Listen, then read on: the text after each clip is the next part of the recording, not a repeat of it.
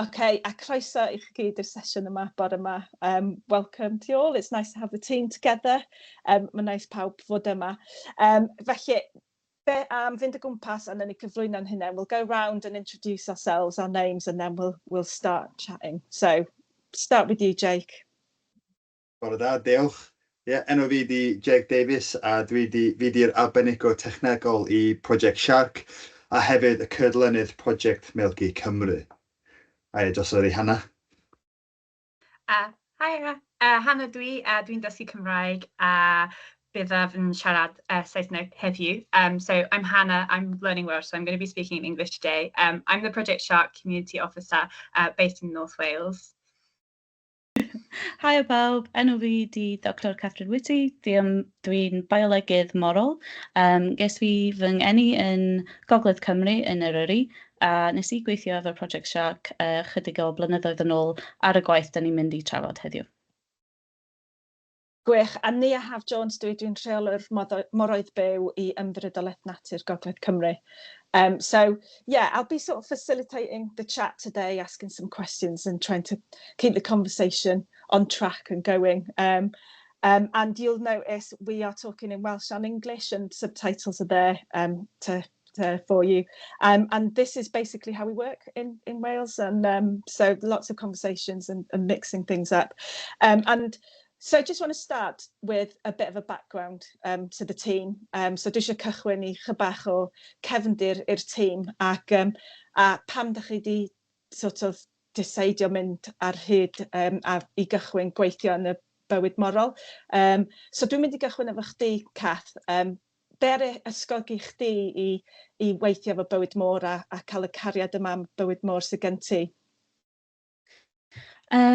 Dwi'n meddwl, so nes I cael fy eni yn Gogledd Cymru yn Eryri fel nes I ddeud, a dwi o hyd di bod yn efo diddordeb mewn bywyd natur, a nes I wario lot o amser just yn mynd ar ben fy hun allan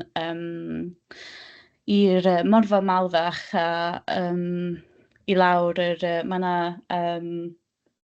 'na traeth sydd yn ymestyn allan o'r morfa malfach a nes I just tyfu fyny yn meddwl amdan y bywyd morol ac y bywyd o gwmpas I a so nes I mynd I prifysgol I wneud bioleg a wedyn nes I wneud PhD yn biolegydd moral ac ar ôl gorffen yr PhD o'n I isio wneud mwy efo pobl achos o'n i'n gweld bod 'na gymaint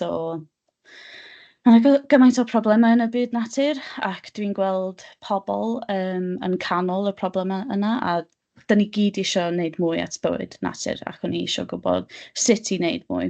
A nes I dod ar draws swydd efo Project SIARC ac o'n i'n meddwl, mae hwn yn mynd I bod yn gwaith diddorol sydd yn trio ateb rhai o'r cwestiynau yna.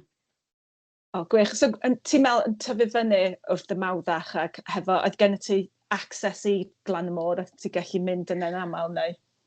O'n i'n mynd yn aml, ond o'n i'n mynd I mewn i'r môr hefyd, ond ddim yn really gweld y pethau o dan y dŵr, a oedd hynny yn reit, I meddwl amdan be o'n I yn wneud yn gwaith ymchwil fi yn prifysgol, ac yn cymharu efo be o'n i'n actually yn wneud pryd o'n i'n iau, ac o'n i'n meddwl, mae 'na gymaint I weld yn Nghymru, a da ni just ddim yn gweld o, a o'n I ddim yn gweld o fel pryd o'n i'n iau, so o'n I isio fel, o'n i'n gweld bod 'na barrier yna, ac o'n I isio wneud rhywbeth amdan hynny fel trwy profiad fy hun.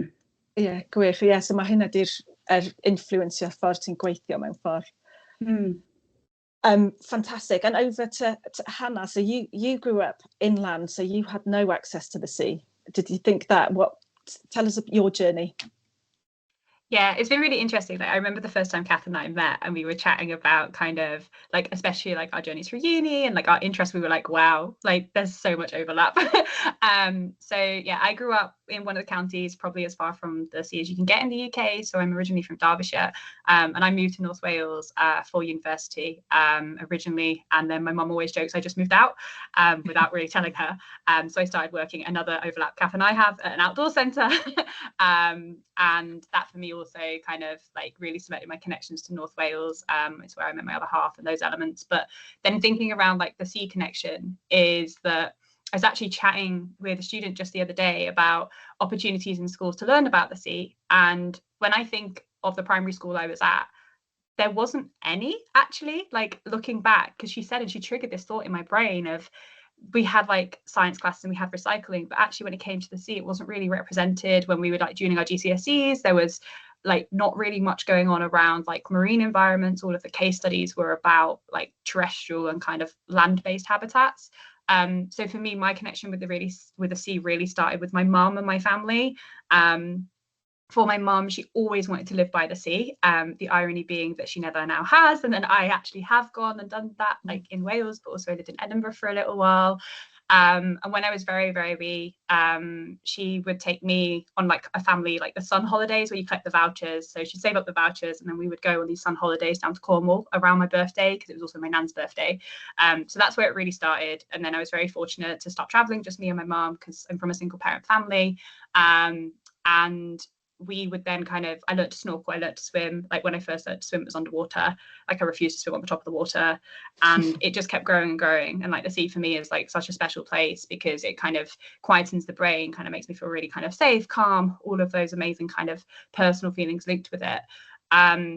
But equally, like I've had all of these amazing opportunities to like connect, even though I lived so far, through kind of trips to Whitby, trips with family, and then eventually trips overseas. And then moving to university and kind of having that support network that was my teachers, that was my mum.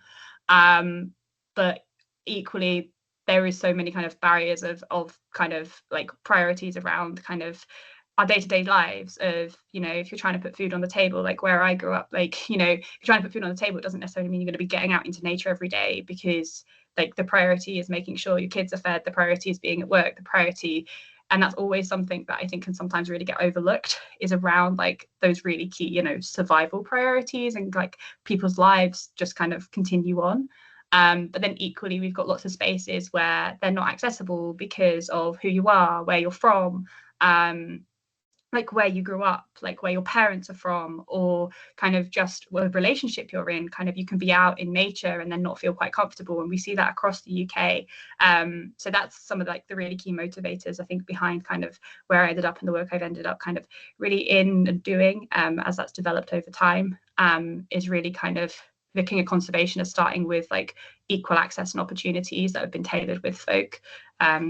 So yeah, it was really cool to join Project SIARC. I remember the job coming up and kind of thinking, wow, that is, it's where I want to be. It's where I'm about to buy a house. It's where my other half is. It's where our family is.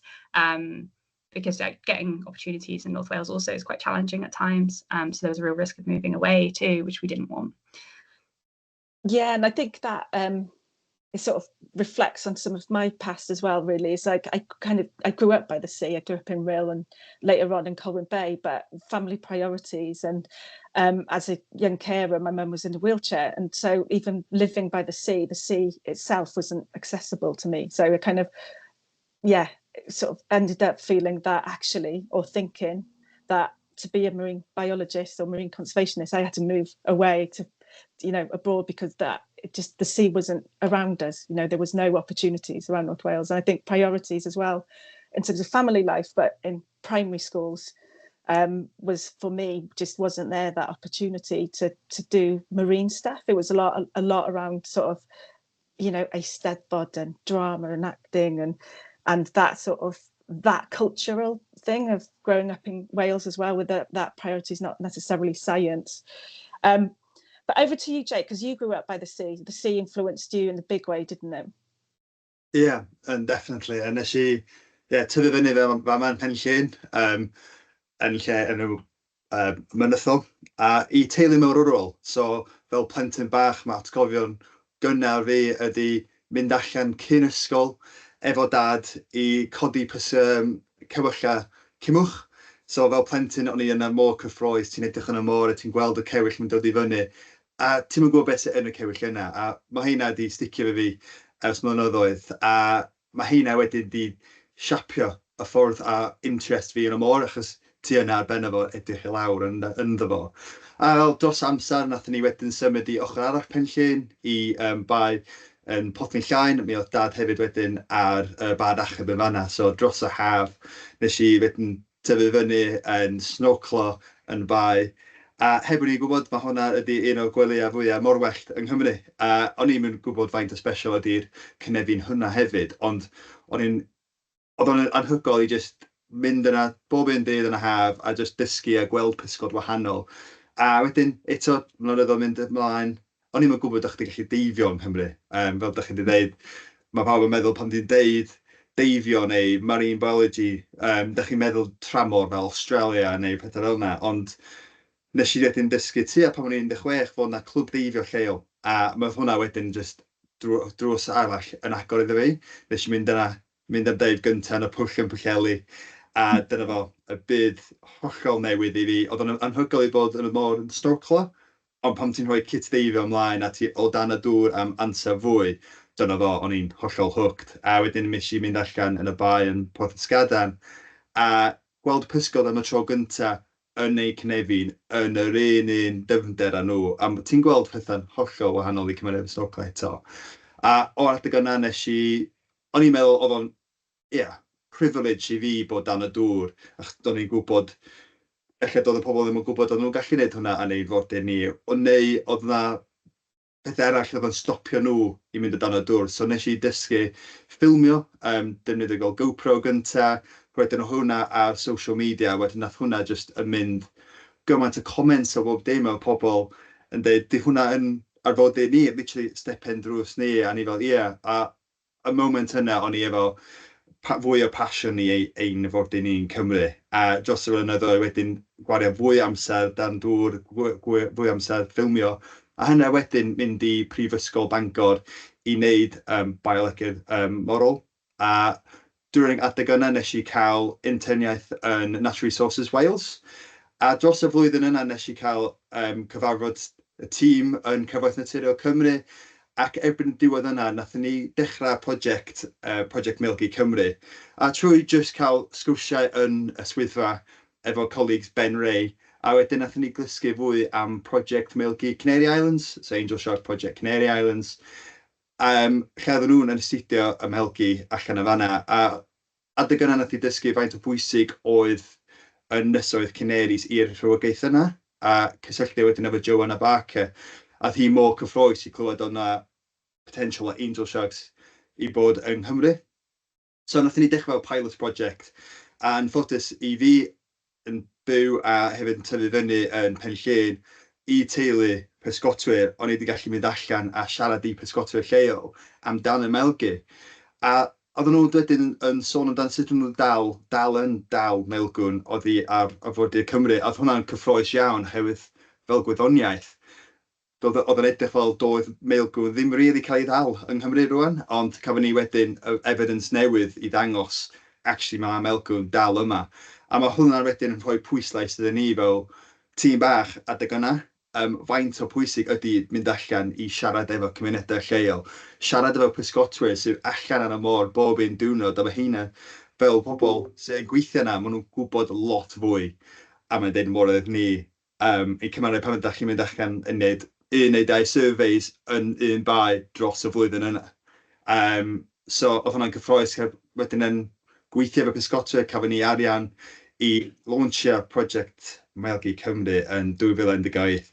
A o'n amlaen, da ni bod yn pwyslais o gweithio'n agos efo cymunedau, gweithio efo pysgotwyr dros Cymru mwyn deall mwy amdan meilgwn. A hefyd, wneud yn siŵr mae lleisiau pawb yn cael eu rhannu. Achos mae mor pwysig ydy, os mae rhywun yn rhannu wybodaeth iddyn ni, da ni eisiau gwneud yn siŵr bod nhw yn cael, da ni mor diolchgar iddyn nhw, ond mae'n gwneud yn siŵr maen nhw'n dod efo journey efo ni. So ers y dechrau, mae pysgotwyr wedi bod a cymunedau wedi bod yn rhan bwysig o'r prosiect. A hyd yn oed i mewn i Project SIARC, mae'r prosiect yna wedi cael ei siapio trwy gweithio efo pysgotwyr, trwy gweithio efo sut maen nhw'n wedi gofyn cwestiynau i ni, i dysgu am fwy o siarcod a morgathod yng Nghymru hefyd. So, o mynd o melgwn, da ni wedi gweithio 6 siarc wahanol. A mae pysgotwyr yn 100% bob rhan o'r prosiect hefyd. Felly, Jake, wyt ti'n teimlo bod dy gefndir di fel sgotwr di helpu sut ti'n gweithio yn y prosiect yma? Dwi'n meddwl, o dechrau ma'n just yn... Mae wedi cael opportunity i trafod fwy a siarad a cael bach fwy o trust pan da ni'n sôn amdano gwaith. A mae hwnna hefyd, just efo iaith sut da ni'n siarad efo'n gilydd hefyd, achos bod allan da ni efo fel profiadau da ni'n gallu rhannu hefyd. So, efo ni fel pwysgota, ti'n gallu rhannu stori ono fi pan ni'n tyfu fyny yn Abersoch neu yn Porthin Llaen. A wedyn maen nhw'n gallu hefyd yn rhannu stori nhw yn gweithio yn un lle. Mae hwnna definitely bod yn di helpu dros y prosiect. A hefyd jyst yn siarad Cymraeg hefyd, mae hwnna wedi bod yn rhan pwysig iawn. Yn wedi yn fama yn Gogledd Cymru, mae lot o gwaith yn cael ei wneud yn Cymraeg. Gallu siarad hefo bobl yn y iaith cyntaf, di bod yn bwysig yn dydy. I think one thing that I felt about this project is that, which I've not done certainly in projects before, is looking at, there's been a lot of sort of soul searching and going back and really thinking about like myself and what motivates me and why I kind of think the things that I do. I don't know if you feel the same. I think that, you know, going through looking at the positionality and looking at the team's positionality and really thinking about that in the way we speak to people and what we do and what motivates us. I don't know, I'm going to throw that back at all of you. I don't know if you feel the same. Yeah, I definitely think, especially the way like things start, right? So kind of Kath, like some of the conversations we've had. So I think you were about to add some thoughts there. So I'll let you take that first. Yeah, I was just thinking about so growing up in North Wales and it being this it's very, you have the two languages and you also have the two cultures coming together, and even though a lot of the time it doesn't seem very different, there are differences, and I think sometimes that the language can create conflict between the kind of two sides, and that can definitely spark conservation issues. And so dwi wedi tyfu fyny mewn cymuned o ffermwyr a maen nhw lot o amser yn teimlo fel bod nhw ddim yn cael eu lleisio wedi clywed. A weithiau mae hynny sa nhw just yn gallu siarad mewn iaith eu hunain, sa nhw'n teimlo'n lot well. Pryd nes I gweld y swydd, o'n I just a gweld be oedd Project SIARC yn trio wneud, oedd o just yn wneud I fi teimlo'n llawn gobaith at y dyfodol, a just fel, okay, mae pobl yn gwrando wan. Mae pobl isio bod yn cynhwysol, maen nhw isio clywed lleisiau ei gilydd. So, yeah, just what you were saying there just made me think about my initial drive to be part of this. You know, it shouldn't be the new way of thinking of things. It's inclusivity should just be, but to be part of that story of working towards inclusivity was, made me feel very hopeful, and it's very inspiring. And I talk about Project SIARC a lot when I go into other workplaces and use what I learned about how this team is operating to kind of spread that hope. And you were involved at the very beginning of this project, weren't you? And starting the strategy off and this thinking of it. So could you tell us a little bit about that? So I came in, the idea had already been made of needing an inclusivity strategy. And I think some members of the team before me had done a literature review to see what was already going on in Wales in regards to inclusivity, but they wanted somebody who could kind of give a direct insight into that. And I think being from North Wales, being from a bilingual town, it's very, you know, there's the whole spectrum. There's the first language Welsh, first language English. There's people who don't speak either very well, or, you know, and then it's a farming community and lots of tourism. So I have that sort of insight into the complexities of the whole thing. And then I took took that forward to try and understand those voices, including my own, and feed that into the strategy. But I think maybe Jake could shed a bit more light on the work that was done before, or maybe Hannah as well. Jake, do you want to talk to that? I think you kind of touched at that when you were sort of introducing yourself, weren't you? And that sort of need to hear different voices. Yeah, so i mynd ymlaen I cwestiwn chi gofyn yn y dechrau. Ond ar rhan amdan fel, pan o'n i'n tyfu fyny, o'n i efo cymuned o pysgota, o'n i'n clywed y stori am sut mae pysgota di newid, neu stori eraill am arfordir ni. A wedyn fel rhan o prosiect, o'n i'n gwybod oedd o'n bwysig pan da ni'n neud y casglu data am mailgwn, oedd mynd allan I pysgotwyr, mynd allan I cael coffi a ista lawr a just siarad amdan y SIARC ei hun, ond hefyd am y hanes Cymru, hanes arfordir Cymru, sut mae y moroedd di newid hefyd. A I fi oedd o'n mor cool I kind of gwrando I pobl oedd y pysgota efo dad, yr un adeg a dad, a clywed sut oedd y stori I gyd yn cael I ddeud yr un ffordd, neu oedd nhw'n bawb yn deud yr un kind of stori. So trwy'r gwaith da ni wedi bod yn neud fan'na, mae'n cool cael y stori enwog I gyd mewn un lle, a hefyd sut mae hwnna wedi effeithio SIARC fel ymwelgu, a mae hwnna wedi gwaith da ni wedi bod yn neud hefyd ar y munud, bydd hwnna'n gwaith da ni ar ôl 3 flynedd o casglu data, mae'r papur yma hefyd am ddod allan. A mae hwnna'n pwysig achos mae'n ddangos da ni wedi gwrando I storia a atgofion a neud yn siŵr fod nhw yn fel front and centre, achos nhw sydd wedi byw adeg yna, nhw sydd wedi, a da ni eisiau neud yn siŵr bod nhw hefyd yn hapus da ni yn rhannu'r storia yma. So mae'n bod yn cool, trwy flywyd, a wedyn dod yn ôl a cynnwys hwn I gyd. Hyd yn oed mae hyn wedi bod yn stori o'n i'n wedi clywed pan o'n i'n plentyn hefyd. So, da ni wedi gweithio efo'i gilydd, a hwnna wedi rhan bwysig ydy, da ni wedi bod yn gweithio efo'i gilydd trwy'r adeg, a bod a rhannu pethau nôl. A un peth da ni wedi disgwyl ydy, da ni eisiau rhoi pethau nôl, mae hwnna wedi rhan pwysig. So, da ni wedi dweud dros y flynyddoedd fel feedback events, opportunities I pysgotwyr I dod ata ni, rhannu beth sydd bod yn dda, beth sydd ni wedi gallu gwneud yn wahanol hefyd. A mae hwnna wedi cwestiwn ydy un bwysig ydy sut da ni'n gallu helpu nhw a deall fwy am y industry hynna hefyd, achos mae wedi newid dros gymaint dros y 15 mlynedd. Ie, so yna lot o dros y blwyddyn, 2 flynedd diwethaf yn datblygu'r strategaeth yma, lot o siarad a lot o ymchwil a lot o siarad dau ffordd, so two-way conversations. Okay, so mae gen I hwn ymlaen I wan. Let's fast forward, and I'm going to ask you, Hannah, to tell us a little bit about this, about the strategy that we've got here, and what it says based on, the stuff we've learned over the years.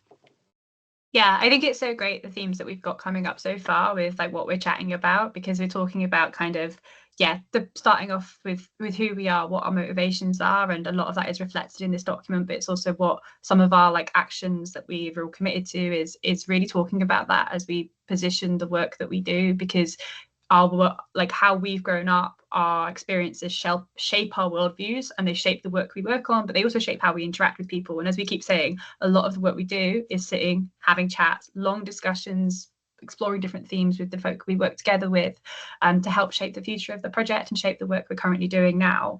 And also I think another theme there is because we get the question a lot of like, how did this come to be? And kind of anyone listening will hear us flipping between the language around like a strategy, an action plan, a review. And definitely to start with, it was the aim that it was going to be like one encompassing strategy. And then actually we started looking at it and thinking, well, a lot of what the review is, so the bigger piece that Nia just held up is that backwards looking of, it summarizes the work that's happened so far and really sets as like a guidance document for the project team. So there's like a huge glossary in there of terms that are really relevant to the project team that have been collated across loads of different work of others, and working with others as well, especially those that work in the EDI space. But then also kind of capturing reflections and capturing kind of community voices, as well as team voices, as well as partnership voices of what we feel the future of the project should look like, and being really aware of where our gaps are. And I think some of it was also that kind of it's a real brave space to talk about the things you don't know, and to really acknowledge where you feel discomfort. And I think this space needs that a lot. And it can be really uncomfortable to kind of have some really important conversations, especially when we're talking about inclusivity or kind of discrimination or barriers people that are facing, barriers people are facing even. So kind of a lot of what's in there is kind of capturing those different themes. And I think particularly the community work, I'll kind of lean to Kath to talk about that a little bit more in a minute, but more of like the general themes of kind of what was coming through. I remember the day I started, of kind of a lot of my first presentations, I was trying to represent the project team, like their voice. So really getting that right was important for me. But the day I started was kind of picking up this review to continue kind of the drafting of it to get it to the point it is now and get it out public. And I remember especially reading through the community voices and the community-based data review piece, because just kind of going back to my background again. So I did marine sciences through my undergrad and masters, and then very much was convinced I wanted to do a kind of biological science focused PhD. But a huge part of that, because of the project I worked with, was really kind of science engagement focused.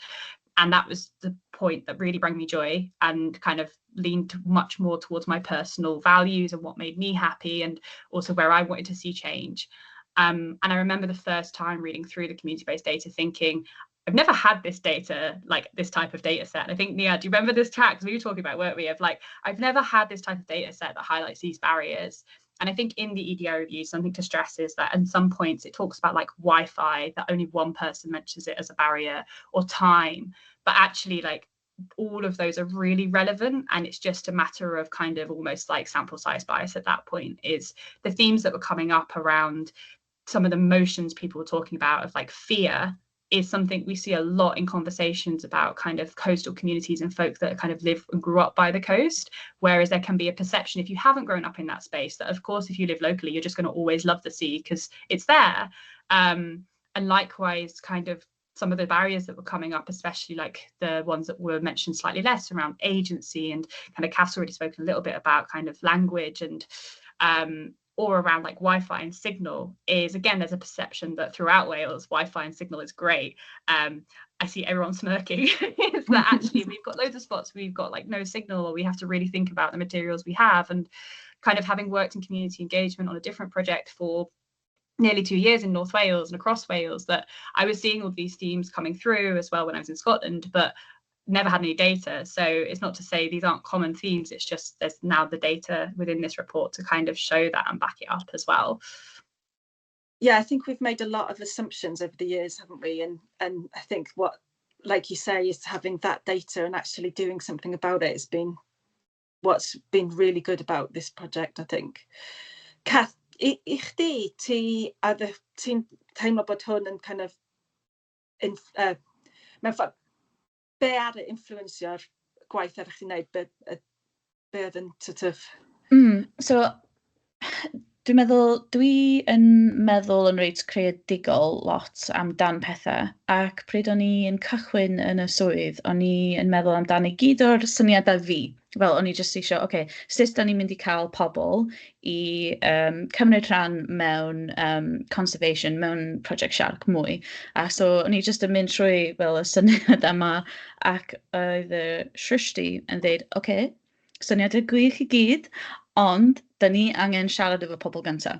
Ac o'n i just, oedd hynny'n fel light bulb moment i fi, achos dwi wedi dod o bioleg a ddim o social science.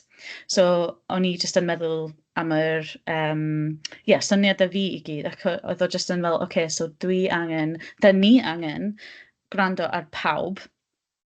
Dwi o hyd i meddwl fel na, ond just i meddwl amdan neud o yn y ffyrdd yna oedd yna'n newydd i fi.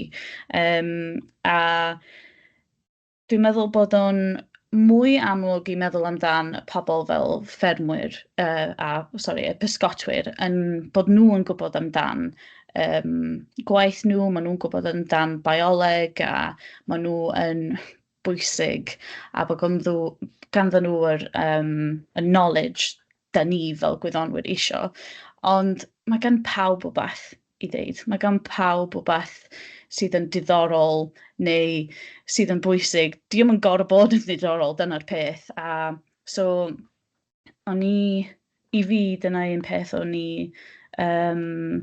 yn mor falch i weld oedden nhw eisiau hefyd, achos i fi o'n i'n meddwl, okay, maen nhw eisiau clywed lleisiau fel fi, ond fel mwy ddim hefo fel yr cefndir o mynd i prifysgol. Ac oedd hynny yn oedd o just, yn mor neis i gweld. A so trwy mynd allan i'r cymuned a siarad efo pobl, oedd o hefyd yn mor neis i fi i gweld bod just ddim fi ar ben fy hun yn meddwl amdan i gyd o'r barriers na. Oedd pawb yn teimlo bod yr môr well, ddim pawb, fel ella ddim pobl fel Jake, ond oedd lot o pobl yn meddwl bod y môr yn lle dychrynllyd a bod ganddyn nhw ofn mynd mewn i'r môr, achos dyna sut o'n i'n teimlo pryd o'n i'n iau. O'n i'n mynd i mewn i nofio, ond ddim yn bell allan i'r môr, ond ers hynny dwi'n gwneud paddle surfio, so dwi wedi kind of mynd yn mwy, gynnau lot mwy o hyder i mynd i mewn i'r môr, ond mae hynny wedi cymryd amser. So just yn siarad efo'r cymuned, mae pawb yn teimlo yr barriers yna, a mae'n rhaid i ni wneud rhywbeth amdano y barriers yna cyn i ni disgwyl i pobl dallt mwy amdano y môr. Da ni eisiau dallt, pam bod gen pobl ofn, pam bod nhw ddim eisiau mynd allan i paddle surfio, pam bod nhw ddim yn meddwl bod, fel doedd Jake yn deud amdan deifio, pam bod nhw ddim yn meddwl bod nhw'n gallu deifio, fel swn i byth di meddwl am deifio yn Cymru. Ac hefyd pethau eraill, swn i byth di meddwl amdan. So un o'r pethau sut o'n i'n disgrifio relationship fi efo'r môr, o'n i o hyd yn dweud bod gennau sea blindness. So o'n i'n gweld y môr ac o'n i'n gweld y tonna, a ar ôl wneud gwaith ymchwil fi yn prifysgol, o'n i wedyn yn datganfod gymaint o rhywogaethau sydd o dan y môr. Ond trwy wneud y gwaith yma efo Project SIARC yn siarad efo'r cymuned, nes i siarad efo rhywun oedd ddim yn gallu gweld, ac oedd hi'n siarad amdan sut mae hi, so oedd hi'n gallu gweld pryd o'n i'n iau, a mae hi wedi colli colli sight hi dros amser. So siarad efo hi amdan sut mae hi dal yn cyfathrebu efo'r môr, fel sut oedd hi yn cael yr cysylltiad yna, ac oedd o'n mor, oedd o just yn fel mind-blowing fi, achos o'n i fel, pryd dwi ar y môr, weithiau dwi yn cael fy llygad a just yn meddwl amdan lle dwi, ac yn gwrando ac yn teimlo yr lle, a nes i sort of meddwl, mae'r term yna, sea blindness, mae hynny just ar ben ei hun ddim yn cynhwysol. So oedd o just yn neud fi meddwl amdan reach ni fel project. A os da ni'n siarad efo mwy o pobl, be da ni'n dallt yn mynd i bod yn mwy, a wedyn mae reach ni yn mynd i bod yn mwy. Ydy, mae hynny wedi bod yn bwysig, ydy rhoi yn hunain mewn in other people's shoes, really. Felly mae gennym ni'r adolygiad yma wan. Sut da ni'n mynd i fynd â hyn ymlaen? Be di'r gweithredu fama, Jake? Na i ofyn i chdi. So fel nath Cath ddeud, da ni'n neud lot o dysgu efo gweithio efo nifer o cymunedau a pobl wahanol. Mwyn dysgu fel be ydy'r barriers a sut da ni'n gallu wedyn mynd â hein ymlaen. A mae yna nifer o pethau da ni'n dod i fyny efo mwyn deall mwy sut da ni'n gallu helpu a cael pobl efo fwy efo connection i'r moroedd, a hefyd efo rhan pysgotwyr, sut da ni'n gallu rhoi pethau nôl i pysgotwyr. Fel un enghraifft efo pysgotwyr, da ni wedi fel co-developio interniaeth, a hefyd wedyn recruitio intern hefyd am 6 mis, lle maen nhw cael y profiad o dysgu fwy am y swyddi ar y môr yn lleol. A hefyd mae hwnna wedyn yn lincio i rhan arall, ydy recruitio pobl lleol hefyd yn y llefydd da ni'n gweithio. A mae hwnna'n bwysig fel project. A mae hwnna'n un o pethau nath dod allan o gweithio efo cymunedau a cael ei ehangio. Dwi'n meddwl dyna un peth dwi'n really reflectio ar efo gwaith yma ydi bod mae'n gwaith adolygiad lot o siarad, ond mae hynna wedi cael ei kind of transferio i fod yn gweithred ac prosiectau'n dod allan o fan hyn. Has anyone got, as we tie this up, has anyone got any final reflections? Go read the documents if you're watching this video. That's a certain final reflection. So yeah, we encourage kind of those documents are there to share our learning. Others' learning may be different. Others' experiences will be different. It does not capture all voices, and we're really aware of those gaps as well. And that's a big thing for us is around kind of working with folk to make sure we do represent equal voice and transparency. But yeah, we strongly encourage, the reason we wanted this video was to kind of direct people to kind of get a taster and then go and have a read of the EDI review and the action plan. And we very much invite critical friends of the work that we do, of the work we're always doing, of the events we run. We're in a lot of space of trial and evolution at the moment. So we're not always going to get everything right, but we really are in a space of wanting to try to evolve the project to kind of have more of an inclusive delivery and a fairer conservation approach for the future. So certainly go read the documents is my take home. Cytuno. A un peth arall ydy, os mae rhywun efo cwestiynau, dod at ni, da ni bod tro eisiau gwrando, da ni eisiau dysgu fwy, a eich cydweithio hefyd symud ymlaen, so da ni bod tro'n gwrando, clisio. Felly, diolch yn fawr. Thank you very much. Diolch. Diolch.